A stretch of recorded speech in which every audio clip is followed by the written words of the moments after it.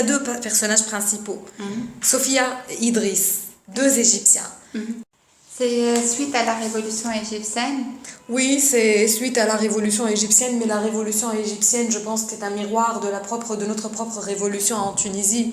J'ai cherché à me distancer un peu de la Tunisie et à travailler, à m'ancrer dans un pays différent pour avoir une certaine longueur d'avance, pour pouvoir avoir aussi du recul par rapport à ce qui s'est passé Fitounes, pour pouvoir réfléchir ça d'une manière différente, d'une manière plus distante.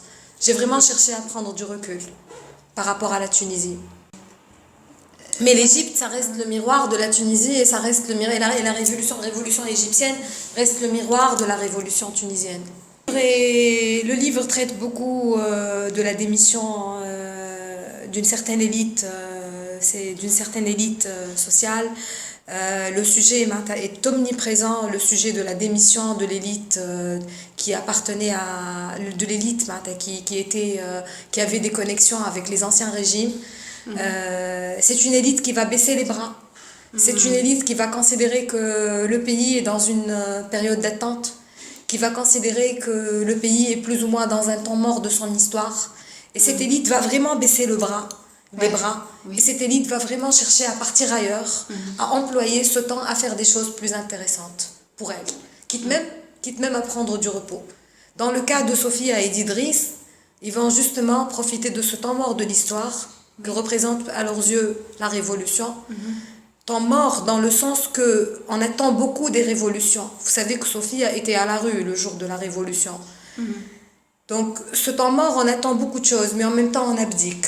D'ailleurs, il est question d'abdication dès le début du roman. C'est vraiment le miroir de s'ancrer dans la révolution tunisienne n'était pas possible pour moi. Il fallait absolument s'ancrer dans quelque chose de similaire, mais de différent, n'est-ce pas Nadia? Oui, enfin, je pense aussi que la réalité, c'est qu'on est dans le Maghreb et que l'une comme l'autre des révolutions, on ne va pas dire qu'elles se valent, mais les causes profondes sociales des révolutions sont les mêmes. Et je pense que pour parfois, il y a la notion de la distanciation aussi par rapport au territoire.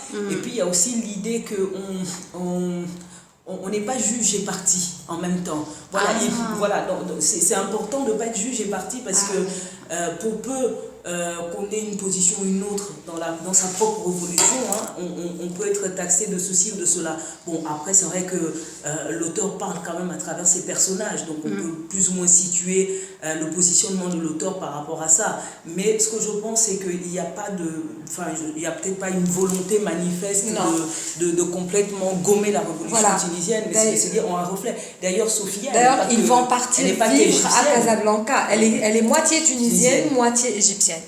Sophia, elle est moitié tunisienne, moitié égyptienne. Oui.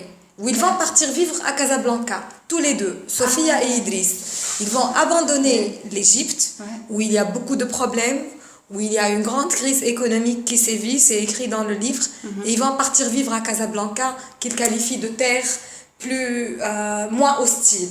Où ça reflète bien ce que les Tunisiens ont pensé des Marocains par la suite de la révolution, quand on dit souvent que les Marocains ont profité de notre révolution pour se hisser sur le plan économique, sur le plan social et même sur le plan des démocraties.